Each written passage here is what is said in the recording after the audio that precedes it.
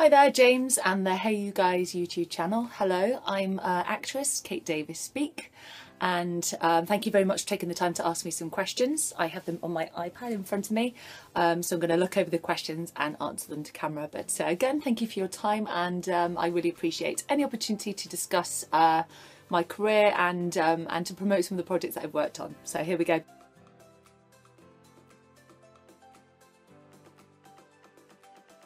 So I've been an actress for, it's coming up to about 18 years now, professionally, so since I left training. And I've worked in a lot of theatre. I've toured and worked throughout Europe. But in the last 6 years or so, I've been working mainly in film, something I'm really passionate about. And I guess you could say I'm more known for my work within horror and sci-fi, something that I'm passionate about anyway, and something I enjoy very much. And I'm very lucky, actually. I have quite a good following on social media, and it gives me an opportunity to really find out what people think about the work that I do, and also to look for future projects and stuff. So I'm quite active on social media, but I love any opportunity to kind of interact with my friends and talk about, I say, horror, sci-fi, video games, action, stuff like that. And I suppose other than that, I'm also interested in health and fitness because I'm also a fitness instructor. I was inspired to become an actress when I was about 18 years old because I guess I'd been quite shy up until that point. I used to have problems with confidence when I was younger. I was mainly kind of into drawing cartoons. I wanted to be someone who designed video game characters. That was the career that I had originally planned to go in when I was younger. But I got involved in a production of West Side Story. I was cast as a really cool role called Anita. If you've seen it, she's the one who does the whole "I wanna be in America." So she's a pretty cool character. I got cast in that part and kind of fell in love with the industry. And I've never looked back. I just found something that I really, really loved very much, and so I've just made it a huge part of my life. And I've never stopped chasing the dream, put it that way. But the dream keeps changing. It went from theatre to film to TV to whatever happens next, I suppose. But essentially, I love acting. I enjoy bringing other characters to life. But I enjoy the opportunities that acting's chucked at me, so the chance to travel, meet people. I've met some incredible people throughout the last, let's say, sort of 18 years or so, and yeah, and I look forward to the future too. It's just a brilliant, brilliant industry. I love horror very much. It's not my favourite genre, actually. I prefer thriller. The example that I would always give is, if you're looking at some of my favourite films, I would be more in love with the film Misery than I would Halloween, because Misery is more of a thriller, but it's still frightening, but it's more kind of engaging the audience in a more humane level of real, genuine fear, of believable fear, and I enjoy that very much.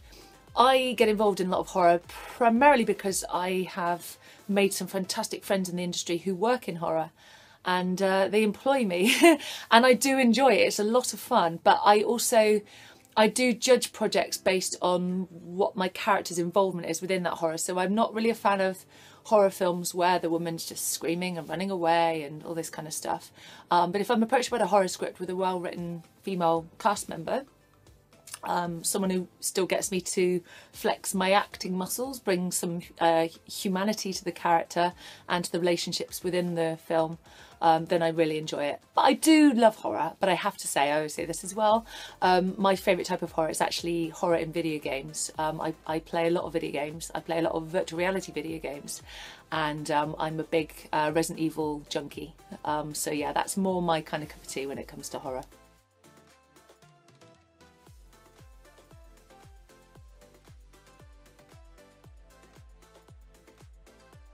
I suppose Dead Air is a unique one for me because my involvement was pretty much just from the acting perspective. So I got to kind of take a step back, really. It was the team that did most of the work when it came to the crowdfunding.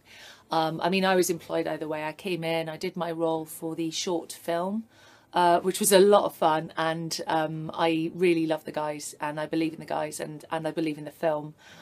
So I understand that their need for the crowdfunder just how important it was, and the support that we actually got from everyone was amazing. I think people just gripped onto the concept. It's quite unique, it's fun, it's so passionate. They chucked so much work into it that actually I felt that they demonstrated a lot how much they were going to utilise the funding and make something good that people will enjoy. So it was a project that I was very happy to promote, actually. There are a lot of crowdfunding campaigns within the independent film world, and it's, you know, it's fine. At the end of the day, one of the hardest things within filmmaking is budget. It's always going to be that way, and people have to find different ways of achieving this. But with Dead Air, we wanted to shoot something anyway. It was more of a case of the crowdfunder, the money raised by fans of the concept of the show, the better it could be, basically. So we just wanted to give more with what we were having, but I know full well that the team were incredibly grateful for any help that we had, and Dead Air itself was a brilliant project that I cannot wait to see back. It was more of a comedy horror, think kind of Gremlins or Critters, crossed with Josie and the Pussycats.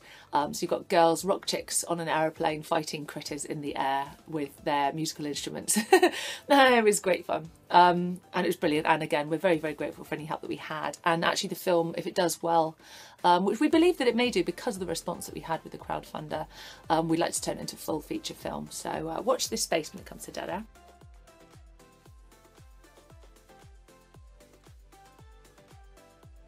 The two projects of mine that I'm kind of pushing at the moment that I enjoy to promote, firstly is, so there's a web show that I'm part of called Horizon. I've been working on Horizon. We completed season 1. That's already out there for people to see. We finished that and it came out in 2015. But we've recently wrapped and currently in post-production of season 2, which is actually coming out early in 2018. And I'm really passionate about it. So that's a sci-fi. It's based in my hometown, Bristol, and it's about an alien invasion, but it's more about how people react and respond to the alien invasion, and what it actually does to humankind and how we work together and how relationships are built or lost on the basis of panic. So it's an almost believable concept.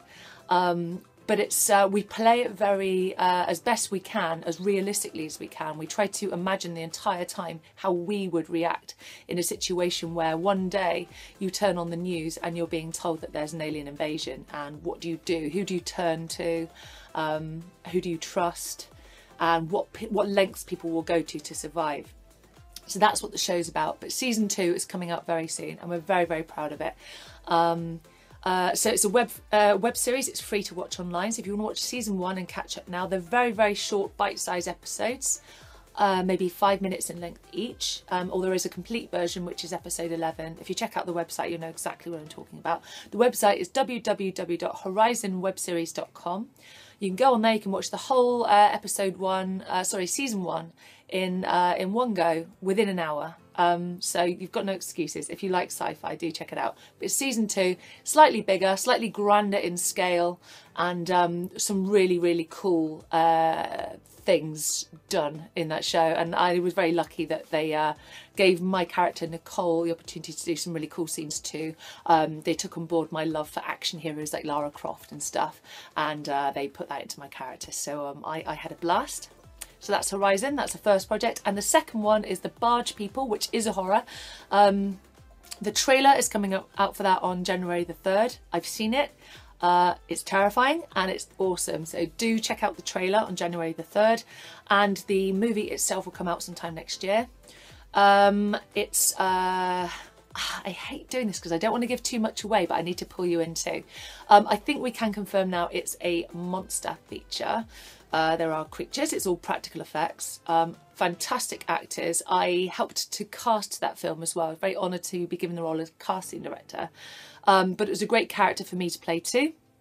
I play one of the lead characters, Kat, and it's about a bunch of people who are going on holiday to kind of bond their family a little bit closer. They're going on a canal holiday here in the UK, and they run into some very undesirable people, and it's a scary film. I think out of everything I've made, that one will be the scariest, so do keep tabs on that, check it out, and I hope that you like it. But please check out the trailer, we're so pleased with it. And last thing I'll promote, I guess, I had the release of a DVD or video on demand film that I shot the other year called, in the UK it's called Escape from Cannibal Farm. Over in the US it's called Cannibal Farm. But it's another horror. It's very Texas Chainsaw Massacre. It's getting kind of mixed reviews at the moment, but it was a great deal of fun to work on, and I hope you guys enjoy it as much as we enjoyed making it. But it's coming out soon to buy, so if you're into horror, do check it out. Cannibal Farm or Escape from Cannibal Farm.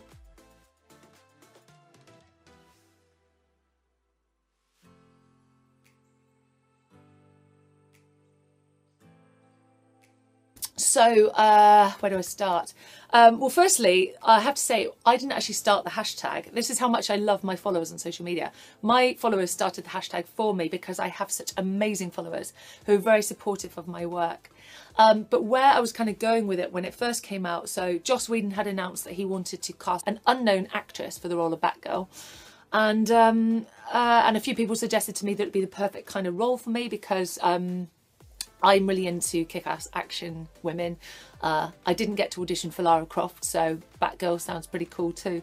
What I was trying to put out on social media was, if there's a role that you want, train for it so that you're ready if you get the opportunity to cast for it. So as a fitness instructor, I took the opportunity to get training. You know, I made sure I lost quite a bit of weight. I was hitting the gym and training outdoors and hitting all kinds of targets with my running and stuff like that, all with the motivation that if I get called in, I'm ready. I mean, I'm already combat trained. I've already been doing my acting stint for goodness knows how long. So it was more of a case of a way of pushing myself. But what I really wanted as well was to push my followers to see that if you want something, you've got to A, believe in it, and B, work for it.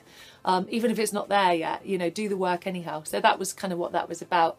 But I cannot thank my followers enough for just being great. And we got it so far currently that it's part of the trivia on the official Batgirl page. I don't know who set that up, but I will keep saying thank you till they pick up on this message. That was very kind of them. And I don't know what happens next for it. I'll just keep training, I'll keep working on film, I'll keep working in my fitness.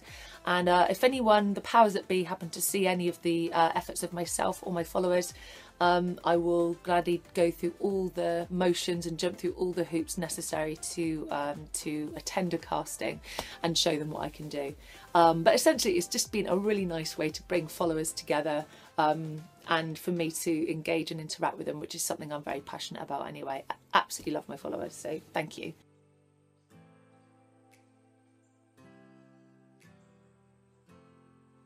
I think we all have different ways of doing things.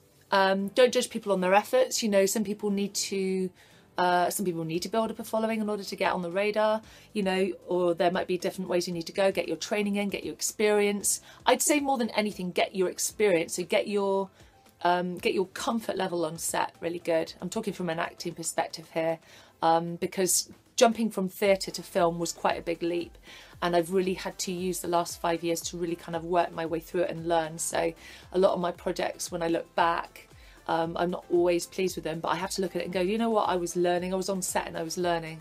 So never be afraid to learn and to grow and adapt. Don't give up, know what you want, believe in yourself, because sadly, not everyone will believe in you. It's amazing if you've got a support network of followers and stuff, hence why I'm so grateful. But really, it's about you knowing what you love and not taking no for an answer. Just keep going, and don't let anyone talk you out of it, because very often people that try to talk you out of it are people that didn't chase their own dreams and aspirations, which is why whenever given the opportunity, I try to tell people just keep chasing, keep going. You know, it's not easy, but if you love it, it's worth it. And same with filmmakers, you've just got to get out there and make stuff. And it won't be great, first of all. You're not going to go from nothing to, you know, a blockbuster. But you're not going to do any of it if you don't start and just get out on set and get people together and do your night shoots and learn what works and what doesn't. So I guess just learn, learn from experience and adapt and be willing to take criticism, which isn't always easy, but sometimes you've got to do it. But yeah, good luck to everyone pushing their dreams. I'm all for it, and I'm here for anyone. If anyone ever needs a little bit of encouragement, send me a message and I'll see what I can do, okay? That is a huge question. Wow. Taking all things into consideration, and I have thought about this before, I'm going to go with Terminator 2, because I just don't think I've ever felt the same about a movie as I did about that film when I first watched it. A close second would be Kill Bill, but I have to go with Terminator 2. It just hit everything that I loved. Yeah, I don't think I need to explain that one to anyone. It's just a fantastic, amazing film. Oh gosh, there's so many. I mean, I love having a giggle. I just think, you know, life's not too short to have fun, and although you're working hard, you can have a good time too. I've lost count of the amount of times, particularly during night shoots, where people kind of go a bit giddy when you've been filming day and night, and you go a bit tired and people get a bit silly. And there are lots of funny things that other people probably wouldn't find funny.